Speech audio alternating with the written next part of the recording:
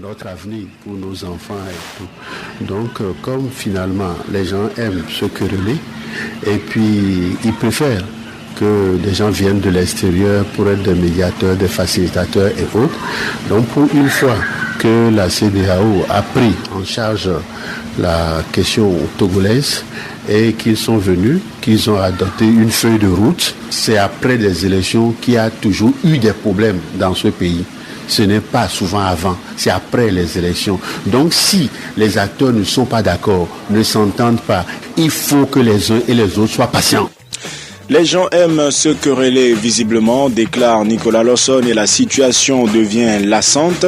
À votre avis, la responsabilité du retard dans la mise en œuvre des recommandations de la CEDEAO incombe-t-elle au parti au pouvoir ou à la coalition des 14? C'est l'interrogation du jour. Et pour en parler avec moi dans ce studio, Nimdewa Atakpama, il est le délégué national aux affaires intérieures au sein du parti des Togolais, parti membre de la coalition des 14. Bonjour monsieur Atakpama. Bonjour monsieur Fanou, bonjour auditrices et auditeurs de Nana FM. Ce débat se fera justement avec ces auditeurs qui peuvent réagir dès maintenant via la page Facebook de Nana FM et dans une vingtaine de minutes par téléphone sur le 91 09 71 71 ou le 96 61 58 58.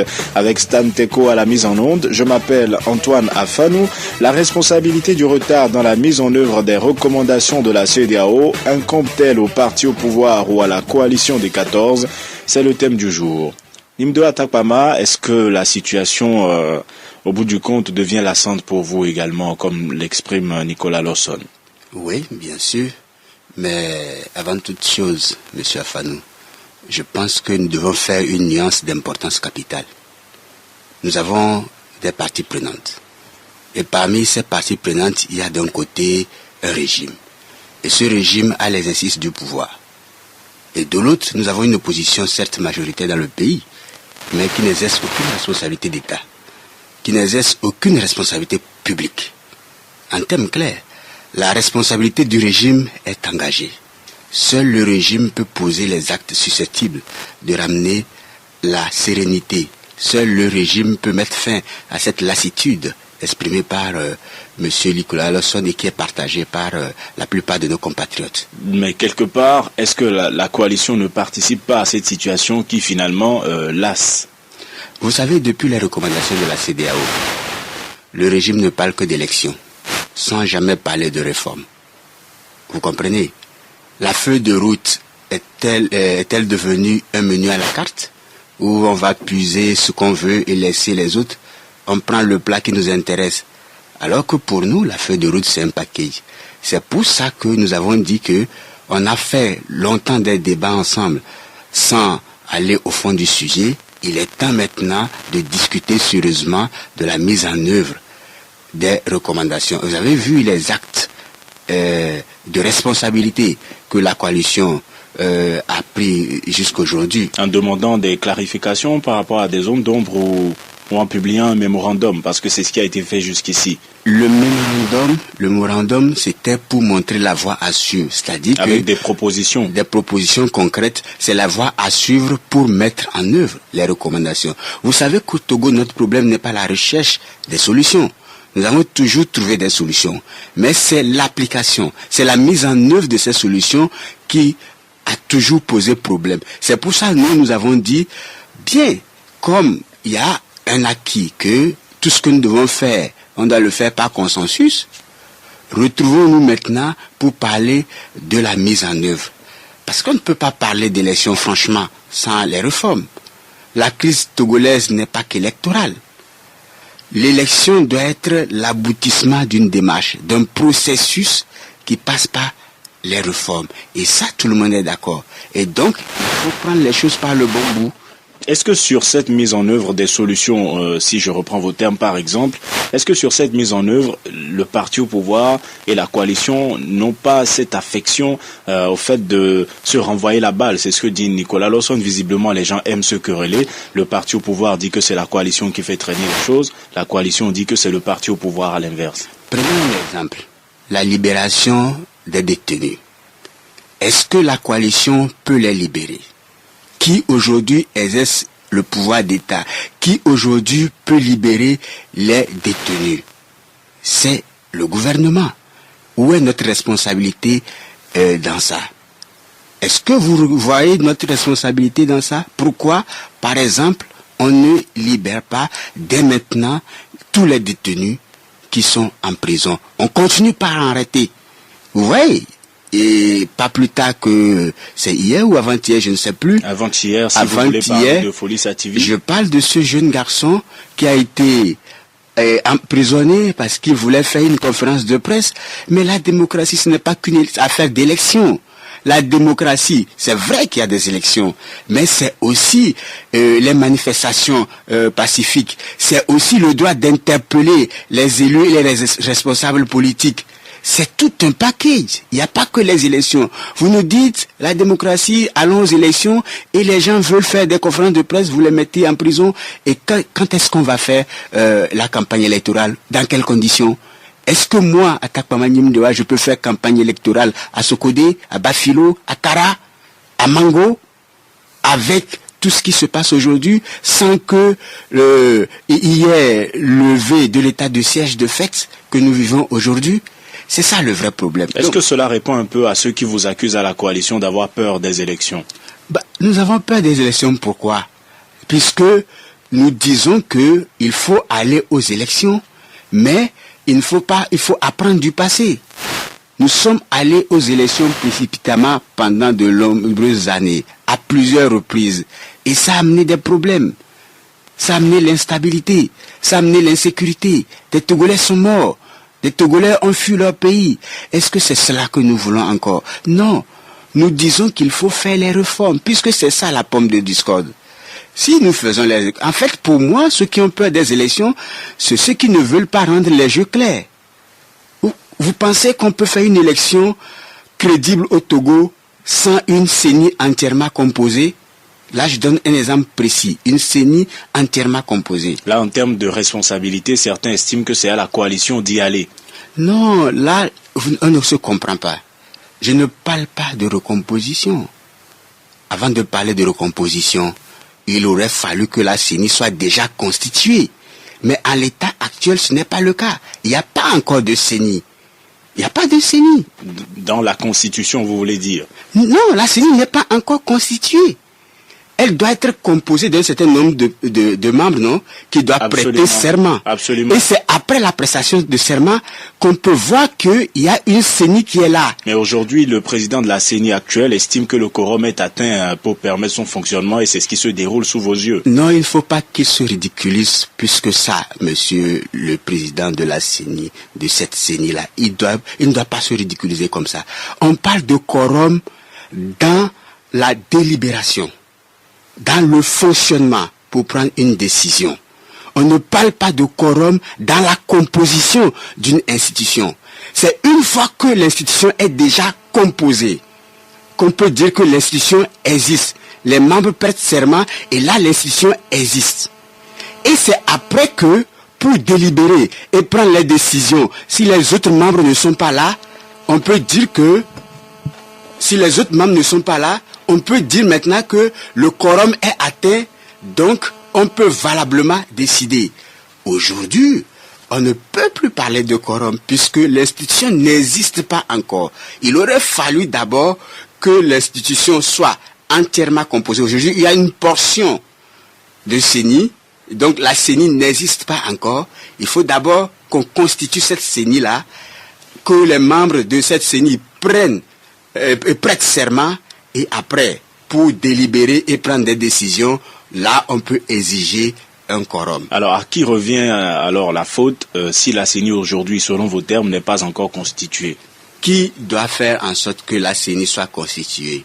C'est ceux qui ont la responsabilité de l'État. C'est ceux qui exercent une responsabilité. Ils estiment avoir fait leur part et appellent aujourd'hui l'opposition pour les sièges restants à les rejoindre. Non, ce n'est pas comme ça que ça se passe. Ça se passe quoi? Pour faire constituer, on a dit que les institutions sont au cœur du problème. Nous voulons des réformes institutionnelles. D'accord? D'abord, par exemple, quand la CENI parle de zone 1, zone 2, où est le vote de la diaspora dans cette histoire de découpage? Dites-moi où est le vote de la diaspora. Mais la feuille de route parle bien de la possibilité du vote de la diaspora. Ça veut dire qu'il faut qu'on se retrouve pour étudier la possibilité du vote de la diaspora. Et donc ça veut dire que nous devons reparler encore du découpage. Vous comprenez? C'est la même chose. Il faut qu'on se retrouve pour voir de comment on va régler ce problème institutionnel qui est la CENI. Comment on doit constituer la CENI. Maintenant, la CENI n'existe pas et quelqu'un se lève, il commence à poser des actes. Et c'est totalement illégal. Et pourtant, la CEDEAO a recommandé de rendre la CENI plus inclusive. Ça veut dire qu'elle admet son existence? Non, la CEDEAO a dit aussi que la CENI soit effective. Vous comprenez, on ne peut pas prendre une partie de la phrase. C'est pourquoi je disais que ce n'est pas un menu à la carte. Il faut prendre tout dans son contexte et prendre tous les termes. On a dit rendre ça effectif. Ça veut dire que ce n'est pas encore effectif. Vous comprenez? Parce qu'on a parlé de la Cour constitutionnelle qu'il faut être recomposé. C'était clair. Parce qu'il y a déjà une Cour constitutionnelle. Il faut seulement que ça soit recomposé. Mais la CENI, on ne peut pas parler de recomposition dans une feuille de route, parce que c'est des responsables quand même qui écrivent, dans une feuille de route pour une CENI qui n'existe pas. C'est pour ça qu'on parle d'effectivité, de rendre ça effectif. On parle de façon... le renforcement du processus électoral, en particulier le fonctionnement effectif avec une participation inclusive de l'ensemble des acteurs à la CENI. On est tout à fait d'accord. Fonctionnement effectif. C'est-à-dire qu'il faut maintenant constituer cette CENI-là pour que la CENI puisse délibérer et prendre des décisions. Mais dans cette constitution-là, il faut que ça soit inclusif, il faut que ça soit consensuel. Il faut que les deux parties, ou bien tous les partis, toutes les couches de la société soient représentées. C'est ce que dit la feuille de route. Alors jusqu'ici, l'impression générale, c'est que le pays n'a véritablement pas évolué. On est pratiquement un peu, selon plusieurs observateurs, dans la même situation. Et dans ce cas, Nicolas Lawson demande aux uns aux autres d'être patients. Mais patient jusqu'à quand? Est-ce que cette situation va durer jusqu'à la fin de l'année prochaine, jusqu'à on ne sait quand? Patient jusqu'à quand? Vous savez, le peuple togolais a montré sa patience. C'est même une patience légendaire. Et pendant longtemps, les voisins nous prenons pour des personnes résignées qui ne s'occupent pas de leur pays. Et donc, on ne peut pas aujourd'hui reprocher aux Togolais d'être impatients. Je pense que nous avons été assez patients.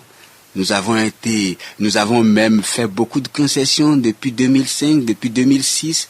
On a fait l'APG sur une base consensuelle. On a dit on va régler les problèmes de façon consensuelle. Résultat, on a fait 12 ans et ça n'a rien donné. Ça n'a rien donné parce que on voit bien qu'il n'y avait pas une volonté de faire des réformes, alors que la majorité de la population togolaise veut ces réformes-là. Et donc aujourd'hui, je pense qu'il est temps maintenant de retrousser les manches et de mettre en application les réformes. Alors, cela veut dire que pour vous, le parti au pouvoir est entièrement responsable si aujourd'hui on en est toujours là, malgré les recommandations de la CEDEAO. Est-ce que les deux camps se rejettent la responsabilité? Je pense que nous devons dépasser cette étape-là de chercher à qui la faute. Parce qu'il y a une situation, donc il faudrait peut-être partir de là pour pouvoir évoluer. Non, aujourd'hui, je pense que nous devons sortir de ce jeu-là, de se rejeter la faute, de dire que c'est elle qui a fait ci, c'est elle qui a fait cela. Nous devons laisser ça de côté. Et faire quoi alors? Et faire les réformes et s'occuper de notre population. Nos populations nous attendent. C'est de ça justement que l'affaire semble incapable. C'est pour ça que je dis que, au lieu que nous perdons notre temps à chercher qui est responsable, c'est de se mettre en place. D'accord? Nous faisons tous les efforts qu'il faut pour assurer l'autre partie. Et je pense qu'il nous faut encore davantage de pédagogie pour expliquer. Peut-être qu'il y a des termes qui ne rassurent pas. Mais aujourd'hui, nous sommes conscients qu'il faut faire preuve de pédagogie, expliquer et aller de l'avant. Alors il y a toujours cette notion de transition à laquelle l'opposition semble tenir, même si cela n'a pas été écrit clairement dans les recommandations de la CEDEAO. L'opposition s'est interrogée, la coalition, en se demandant est-ce que cette notion était cachée ou pas entre les lignes des recommandations de la CEDEAO. Mais avant d'ouvrir le standard, plusieurs pensent que cette affaire a été évacuée et qu'il n'est plus question de parler en réalité de transition. Mettons en œuvre ce qui a été acté par la CEDEAO et après on verra. Qu'est-ce que vous en pensez? Non, je pense que ce n'est pas parce que nous n'avons pas encore acquis de nos interlocuteurs le principe de transition qu'il faut dire qu'il faut passer à autre chose. Comme je le disais tout à l'heure, peut-être que ce mot fait peur. Et je pense que nous devons faire davantage de pédagogie. Nous parlons en réalité d'une autorité consensuelle transitoire, c'est-à-dire une autorité dont la compétence est limitée dans le temps. Vous comprenez? Il ne s'agit pas de rejeter ou d'écarter une personne ou des groupes de personnes. Il s'agit d'une étape vers la consolidation des acquis démocratiques dans un état de droit et de paix. C'est tout ce que nous disons et donc il faut qu'on nous comprenne. Peut-être que nous n'avons pas fait assez de pédagogie, mais notre intention c'est de reconstruire pendant cette période notre tissu social. Notre objectif c'est d'opérer pendant cette période des réformes dans la sérénité, dans la paix, dans la stabilité. Nous prenons l'engagement solennel de prendre des mesures qu'il faut pour rétablir la confiance entre tous les Togolais. C'est de cela qu'il s'agit. Nous ne voulons pas peut-être que par rapport au passé, ce qui a pu se passer en 90, les gens ont l'impression qu'une transition c'est pour écarter quelqu'un ou un groupe de personnes. Non, il ne s'agit pas de ça. À la coalition, nous sommes conscients que nous devons avoir le courage de tourner certaines pages de notre histoire. Alors, Ambroise, médecin sur la page Facebook de Nana FM, dit pourquoi est-ce que la CEDEAO ne dit rien face à cette situation? La responsabilité lui revient. Non, en fait, il ne faut pas penser que la responsabilité revient à la CEDEAO. Je pense que les chefs d'État de la CEDEAO ont fait ce qu'ils pouvaient faire. Et ce que nous avons obtenu, c'est le fruit des efforts que nous avons entrepris, vous comprenez? Et donc si nous ne sommes pas satisfaits, si nous voulons aller plus loin, c'est à nous de continuer les efforts. Il ne s'agit pas juste de rester les bras croisés en pensant que c'est la CEDEAO qui a la responsabilité de faire quoi que ce soit. Ils sont là pour nous accompagner. C'est en cela que M. Tombalbaye sur la page Facebook de Nana FM dit que les Togolais ne veulent pas sauver leur pays, ils attendent la CEDEAO. Finalement, comme vous le dites, est-ce qu'il ne vaudrait pas mieux avancer avec ce que vous avez entre Togolais et progresser? On n'a jamais dit le contraire. Nous avons dit que il y a quelque chose qui est là, d'accord, et c'est des solutions préconisées. Mais notre problème ne s'arrête pas à la recommandation ou à la préconisation de solutions, mais c'est la mise en application de ces solutions-là. C'est pour ça que nous disons que nous avons fait un mémorandum pour donner notre point de vue sur la façon de mettre en application ces recommandations. C'est une main tendue au régime en place pour commencer dès maintenant la mise en application des réformes. Et donc ça signifie que nous devons nous retrouver pour discuter et mettre en œuvre ces recommandations. Et je pense que ils ne doivent pas plus longtemps rester les bras croisés. Il faut qu'ils prennent la main tendue et qu'ils saisissent cette balle-là au bon pour que nous avancions, parce que il faut à tout prix éviter que les extrêmes ne prennent les dessus. Aujourd'hui, nous avons la chance de pouvoir faire les choses dans la sérénité. Nous avons un peuple qui est prêt à beaucoup de sacrifices et donc nous devons faire en sorte d'avancer pour ne pas donner la chance aux extrêmes de prendre le dessus. C'est tout ce que nous disons. Nous allons maintenant ouvrir le standard, le 91 09 71 71 ou le 96 61 58 58. Nous avons un premier auditeur en ligne. Allô? Allô? Bonjour. Bonjour. Kanidek? Non, c'est Monsieur Briand. Monsieur Briand, depuis Super Taco. Effectivement. Allez-y, nous vous écoutons. Oui, je vous remercie de m'avoir invité. Merci. Bon, il m'a satisfait sur la situation. Vous voulez bien baisser le volume de votre radio, s'il vous plaît, Monsieur Briand, oui. On ne vous entend pas très bien. Ok, il m'a satisfait sur la situation de la CENI. Une fois que la CENI n'est pas constituée, la CENI ne doit pas travailler avant d'aller de forum. Bon, vous savez, la responsabilité se situe où? Moi, je crois que c'est au niveau de l'État. Et les gens ne veulent pas évoluer dans ce pays. Je vous donner un exemple. Si on a essayé de brûler le marché, et on se porte garant de les construire.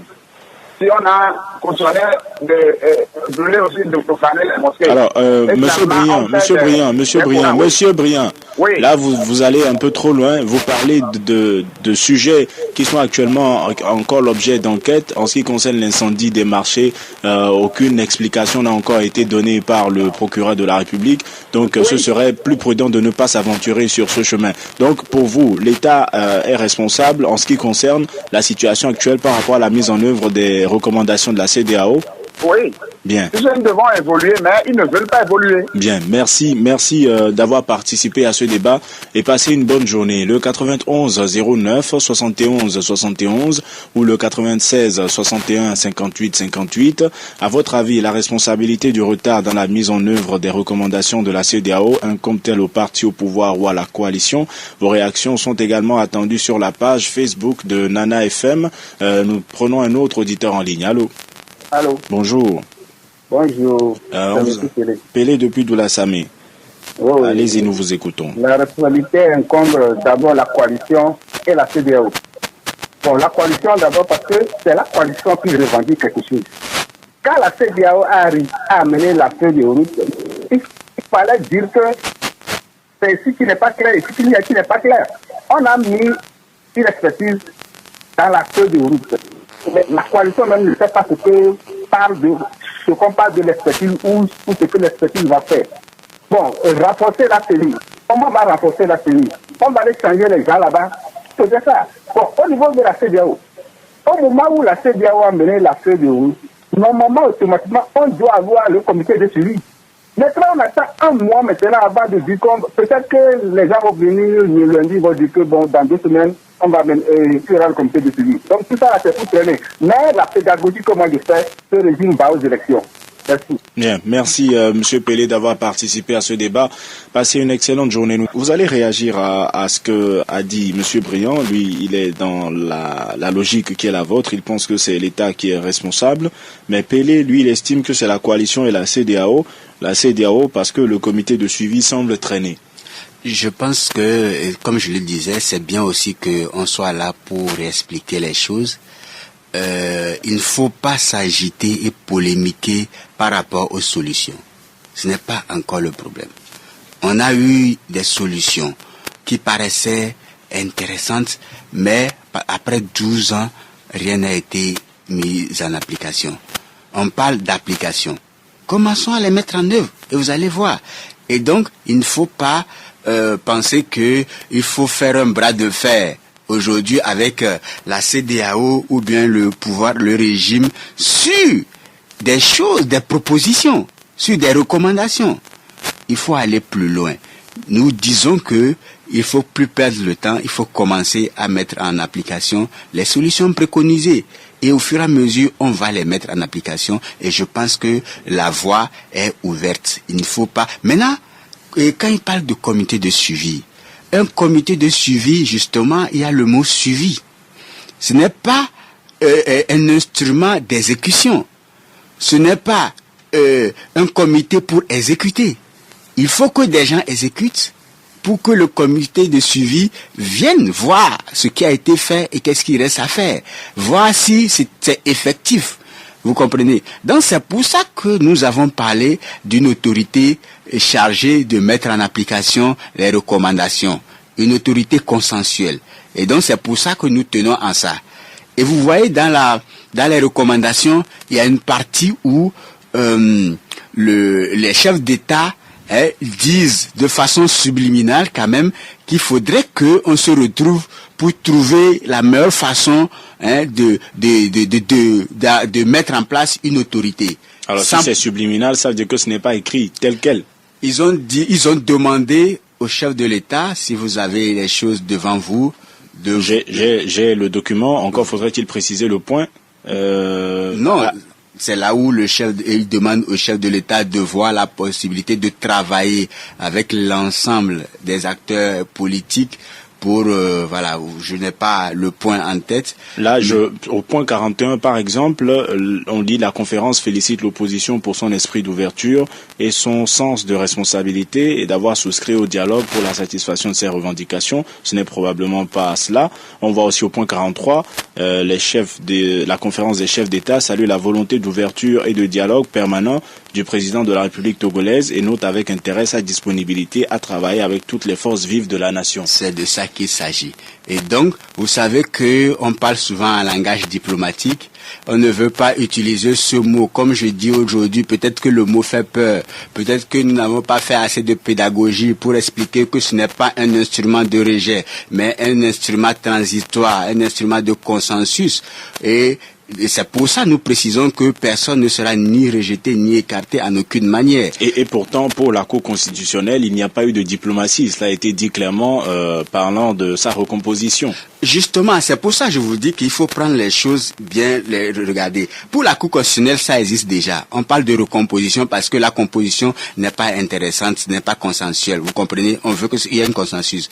La CENI n'existe pas encore. C'est pourquoi on ne parle pas de recomposition. Si la CENI était déjà constituée, ils auraient dit clairement qu'il faut une recomposition. Comme ça n'existe pas encore, ce n'est pas encore constitué, on parle de fonctionnement effectif et inclusif, vous comprenez. Et donc ici, on veut que, on dit déjà que ils saluent la disponibilité du chef de l'État à travailler avec tout le monde. Maintenant, il faut qu'on se retrouve pour trouver la meilleure façon de faire ces réformes-là, d'avoir une autorité qui exécute, et maintenant le comité de suivi va venir et suivre. Et justement, si vous avez une maison à construire, vous comprenez très bien que il y a d'abord des personnes qui exécutent le travail, et après il y a le contrôleur qui va venir voir le suivi.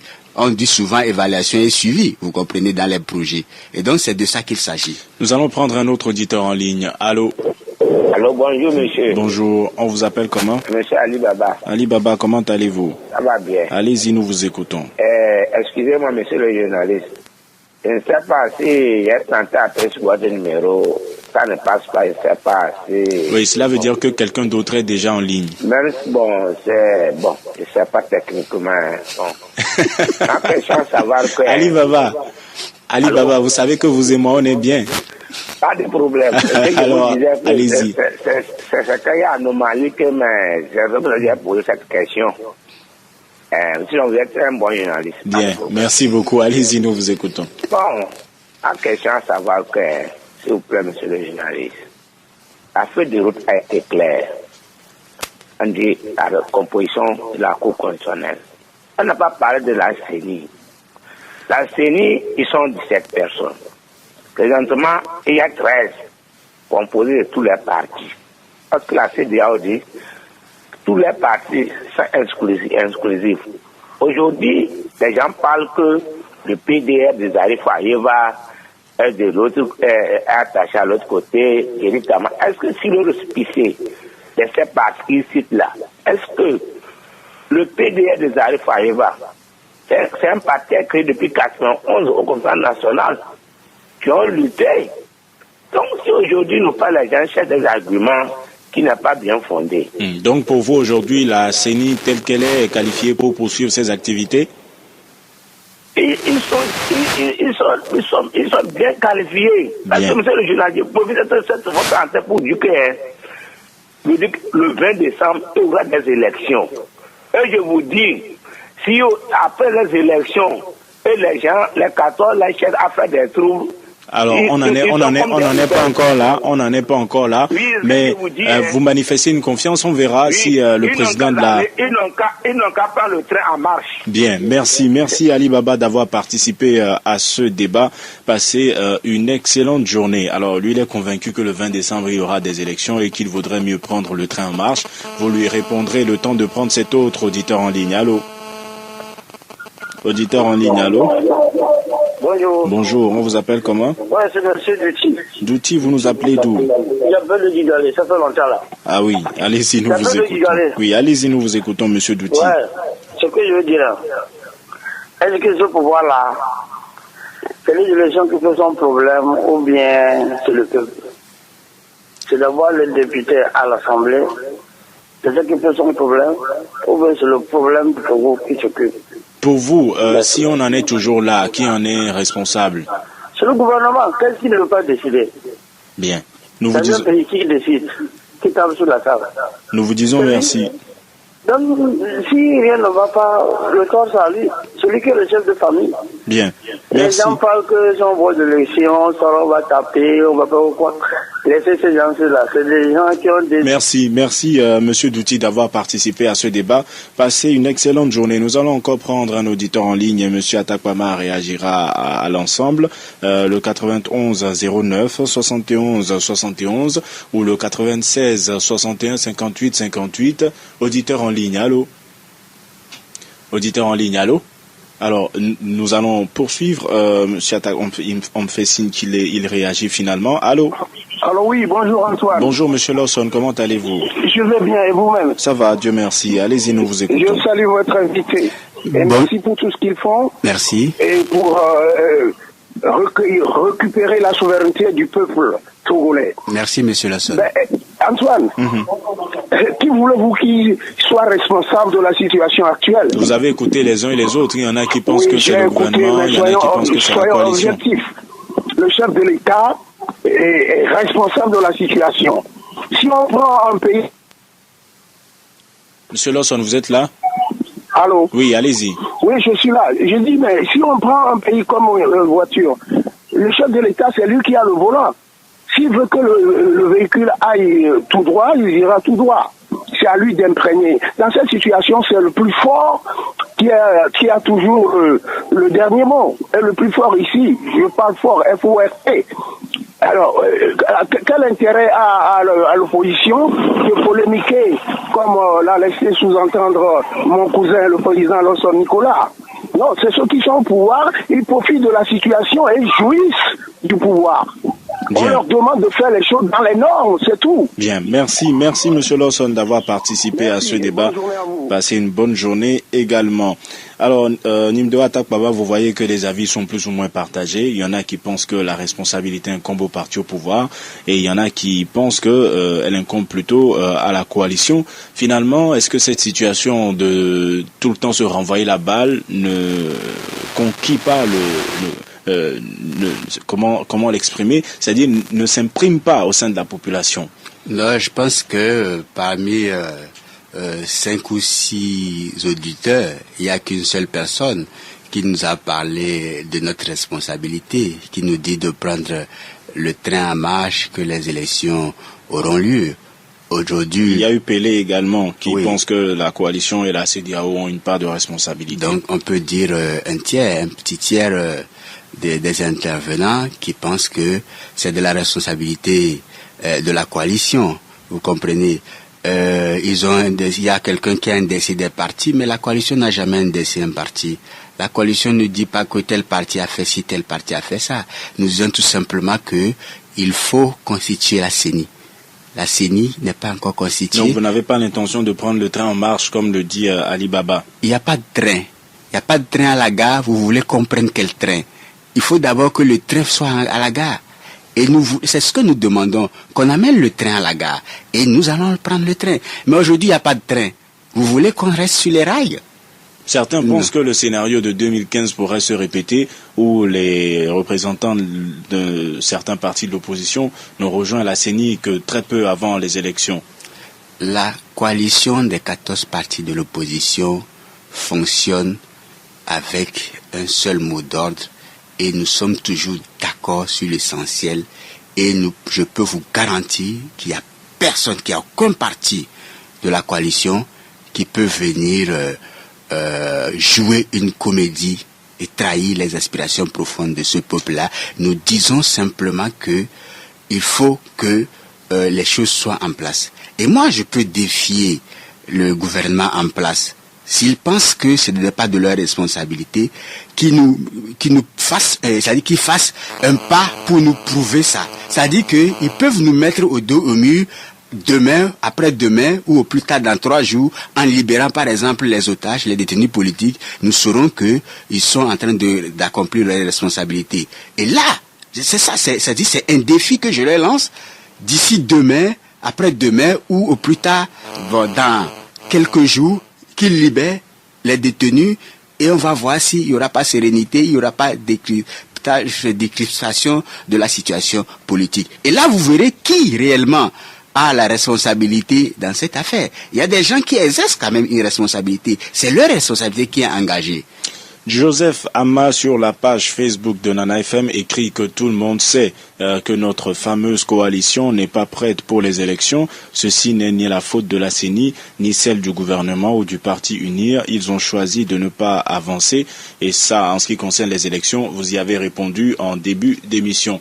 Un autre auditeur en ligne. Allô? Allô. Bonjour, Madame Bonjour. Essi. Comment allez-vous? Ça va. Allez-y, nous vous écoutons. Oui, la mise en œuvre DAO et de l'Union européenne avec ses délégués qui se relayent tous les 2 ans dans ce pays. Et moi, je sais que ces entités nous pondent des recommandations depuis la Baule, Colmar, Saint-Elgidio, Ouaga, tout ça, et Accra, tout le reste. Nous pouvons revenir à Lomé pour aller plus vite. Maintenant, en ce qui concerne les recommandations de Lomé, voilà, pour vous, à qui incombe la responsabilité du retard dans la mise en œuvre? Ils arrive avec tout ce cinéma qui se passe au Togo, quoi. C'est un régime qui a tellement joué depuis 50 ans, qui veut rien, quoi. Moi, je propose à nos leaders, ceux qui sont encore honnêtes, parce que dans la C14, dans tous ces regroupements-là, il y a des malhonnêtes aussi. Donc je propose qu'il faut qu'ils nous trouvent une solution, hein, qu'ils nous créent un site, qu'on y dépose nos réformes et puis qu'on choisisse nos dirigeants dessus, quoi. Bien. Et puis, les gens parlent de la CENI. En 2015, le RPT a organisé, le RPT a toujours organisé seules les élections. Et il nous a créé 54 CELI. Il nous a compté que 16. Les 38 restants, on n'en parle pas depuis. Et on a chassé aussi les deux membres. Allô?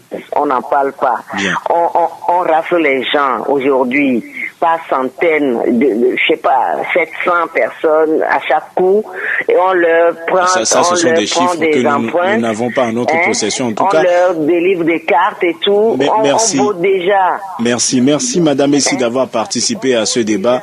Passez une excellente journée. Nous allons prendre un dernier auditeur en ligne et clore ce débat, le 91 09 71 71 ou le 96 61 58 58. Auditeur en ligne. Allô?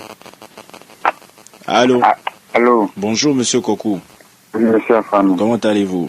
Ça va très bien. Allez-y, nous vous écoutons. Je salue votre invité. Bonjour, Monsieur Kokou. S'il te plaît, Monsieur Afam.